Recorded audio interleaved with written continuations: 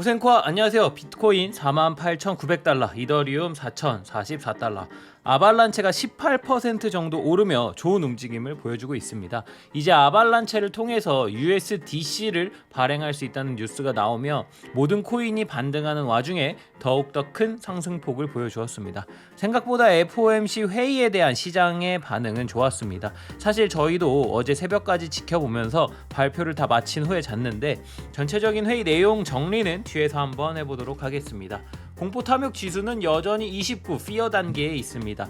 기다리던 어제 회의의 내용은 대중이 생각하고 있었던 내용보다 조금 순한 맛이었는지 반등을 조금 해준 모습이지만 아직까지 큰 상승 추세를 만들어내고 있지는 못한 상황입니다. 18일에 또 미 연준에서 암호화폐에 대한 자산 정책 회의가 있다고 합니다. 또 그날 회의 내용을 살펴봐야 할 것 같네요.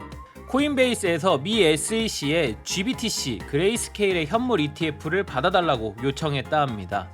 비트코인이 가격적인 반전 상승을 하기 위해서는 어떤 무언가 이벤트가 있어야 한다고 봅니다.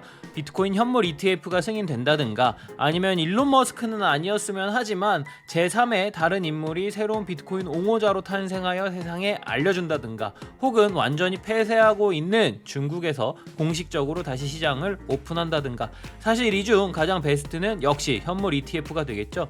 이미 승인된 선물 ETF 역시 비트코인의 현물의 가격을 따라갑니다. 이런 상황에서 현물 ETF가 승인이 안 날 이유는 없겠죠. 결과는 12월 24일에 나올 예정입니다. 혹시 이거를 크리스마스 선물로? 파월 의장이 여태 이렇게 말한 적은 없습니다. 이번 FOMC 발표에서 암호화폐는 여전히 내재적 가치는 없다고 판단이 되나 금융 안정성에 저해할 정도는 아니다라고 이야기를 합니다. 사실 이런 식으로 말하는 것은 거의 처음입니다. 부정적이었던 관점이 조금은 중립적으로 바뀌었다고 할까요? 다만 스테이블 코인에 대해서는 조금 생각할 필요가 있다고 이야기를 하죠. 위에서 이야기를 했던 18일 암호화폐 자산 정책 회의에서 어떤 이야기를 할지 조금 더 지켜봐야겠습니다. 미국 상원 위원 중 한 명은 더 늦기 전에 스테이블 코인과 디파이에 대한 규제가 필요하다라고 강력하게 이야기를 하고 있습니다. 특히 스테이블 코인 테더에 대한 이야기를 하죠. 테더사의 자산 중 약 10% 정도만 실제 달러이다. 90%는 달러가 아닌 다른 것이다. 만약 경제가 악화된다면 사람들이 힘들어졌을 때 결국 사람들은 달러를 찾게 될 것이고 그렇게 된다면 10% 달러 보유인 테더사는 경제의 큰 붕괴에 한몫을 할 수 있다는 이야기를 합니다. 이 역시도 앞으로 꾸준히 지켜보며 소식 전달해 드리겠습니다.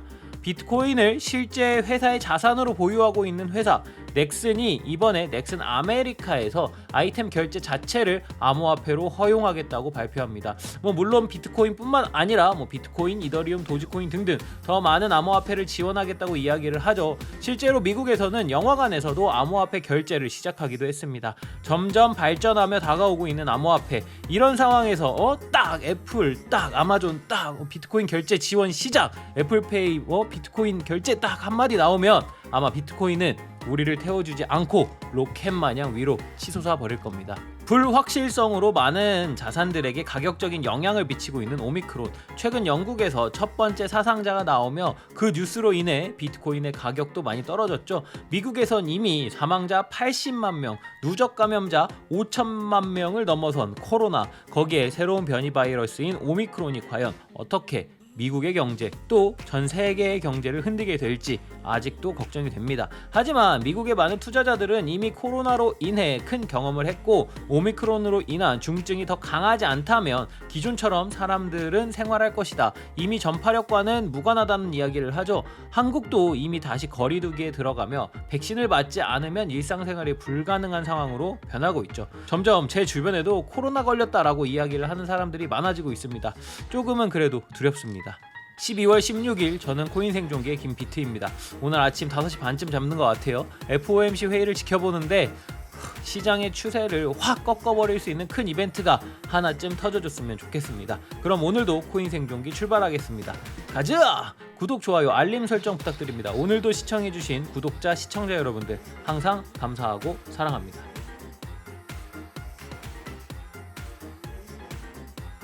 비트코인 1시간 차트입니다.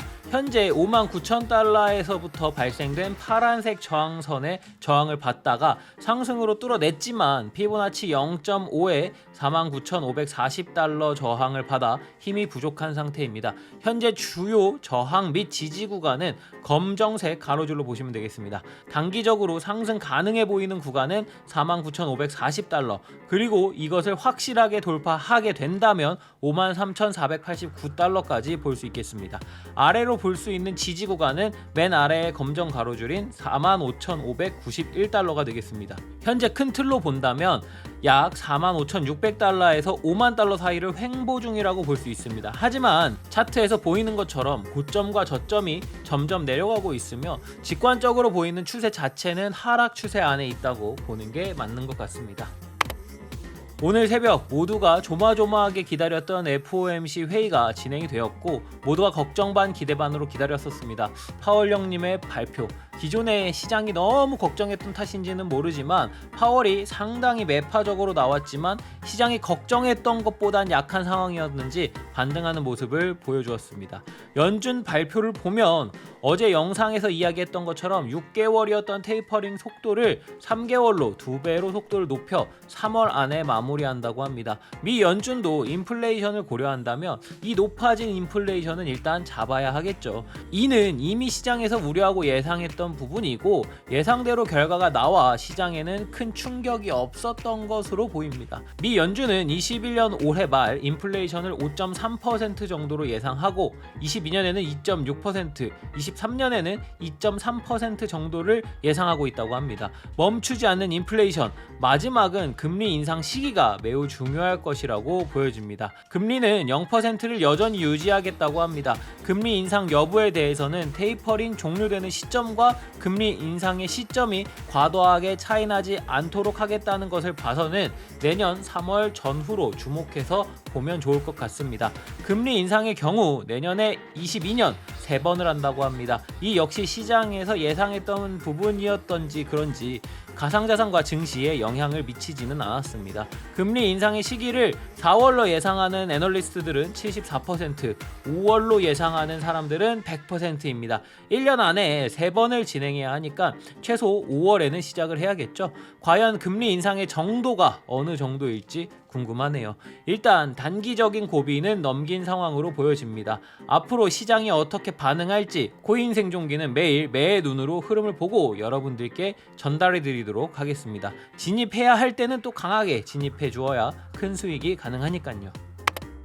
자, 오늘은 여기까지. 다가올 18일에 암호화폐 회의 발표, 그리고 24일에 꿈만 같은 그레이스케일 현물 ETF 승인에 대한 이야기.